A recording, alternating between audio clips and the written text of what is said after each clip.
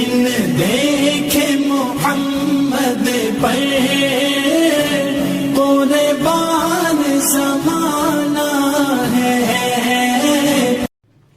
बिस्मिल्लाहिर्रहमानिर्रहीम। हाज़रीन व नाज़रीन, अस्सलामु अलैकुम व रहमतुल्लाहि व बरकातुहू।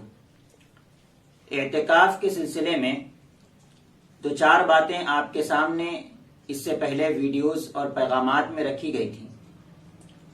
उन वीडियोस में एहतिकाफ की फजीलतें और एहतिकाफ की किस्में और एहतिकाफ के शराइत और घरों के अंदर औरतें एहतिकाफ कैसे करें, इस सिलसिले में आपसे बात की गई थी।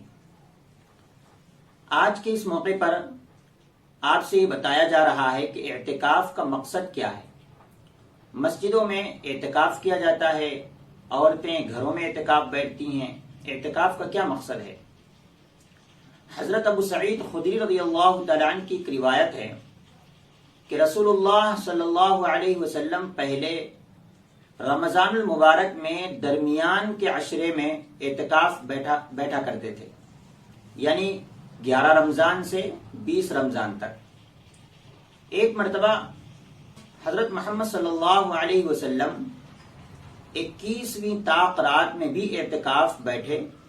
जिस रात में आप घर जाते थे उस रात में आप एहतिकाफ बैठे, और फिर आपके साथ जो लोग एहतिकाफ में बैठे हुए थे उनके पास आप तशरीफ लाए और उनसे कहा कि सब लोग ऐसे ही एहतिकाफ बैठे रहें और ये आखिरी अशरा भी पूरा करें, इसलिए कि अल्लाह ताला ने ये बात मेरे सामने खोल दी है कि शब कदर जो आने वाली है ये आखिरी अशरे में आने वाली है।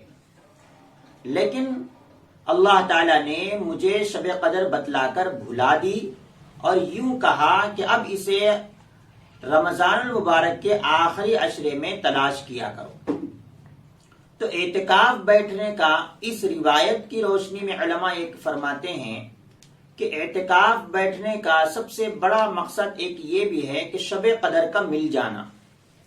यानी एहतिकाफ बैठने वाला जब इस अशरे में एहतिकाफ बैठेगा, रातों में इबादत करेगा और खास तौर से ताक रातों में इबादत करेगा, तो किसी न किसी रात में अल्लाह ताला उसे शब कदर अता फरमा देते हैं।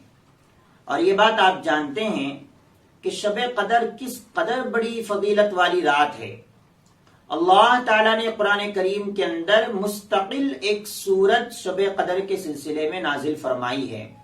उसकी फजीलतें आपके सामने आइंदा बयान की जाएंगी। लेकिन एक बात यह भी है कि अगर एहतिकाफ न बैठा जाए तो इस जुर्म का क्या गुनाह है और इस जुर्म का जिम्मा किसके ऊपर आता है।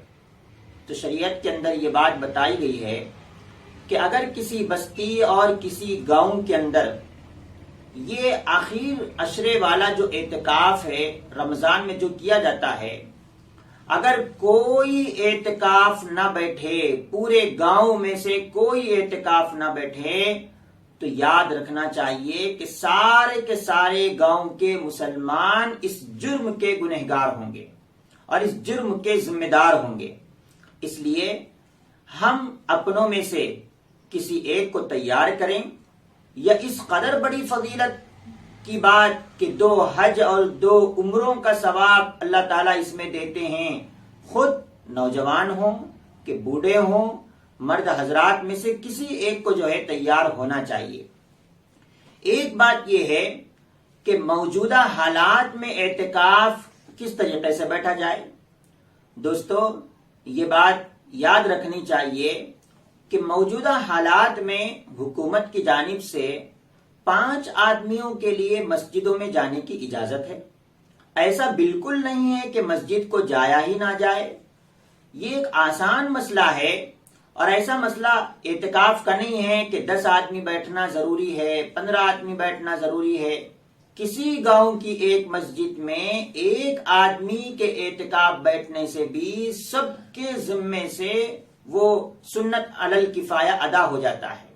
जाहिर सी बात है, उन 5 लोगों में से अगर कोई एक तैयार हो जाए اور اعتکاف کی یہ ذمہ داری ادا کر لے اور اعتکاف بیٹھ لے تو بیٹھنے والا بھی بڑا خوش نصیب ہوگا، اور پوری بستی والے اور پورے محلے والے اور پورے گاؤں والوں کی طرف سے بھی یہ فریضہ ادا ہو جائے گا۔ اللہ سے دعا ہے کہ اللہ تعالی ہمیں سمجھنے اور عمل کرنے کی توفیق نصیب فرمائے۔ وآخر دعوانا ان الحمد للہ رب العالمین۔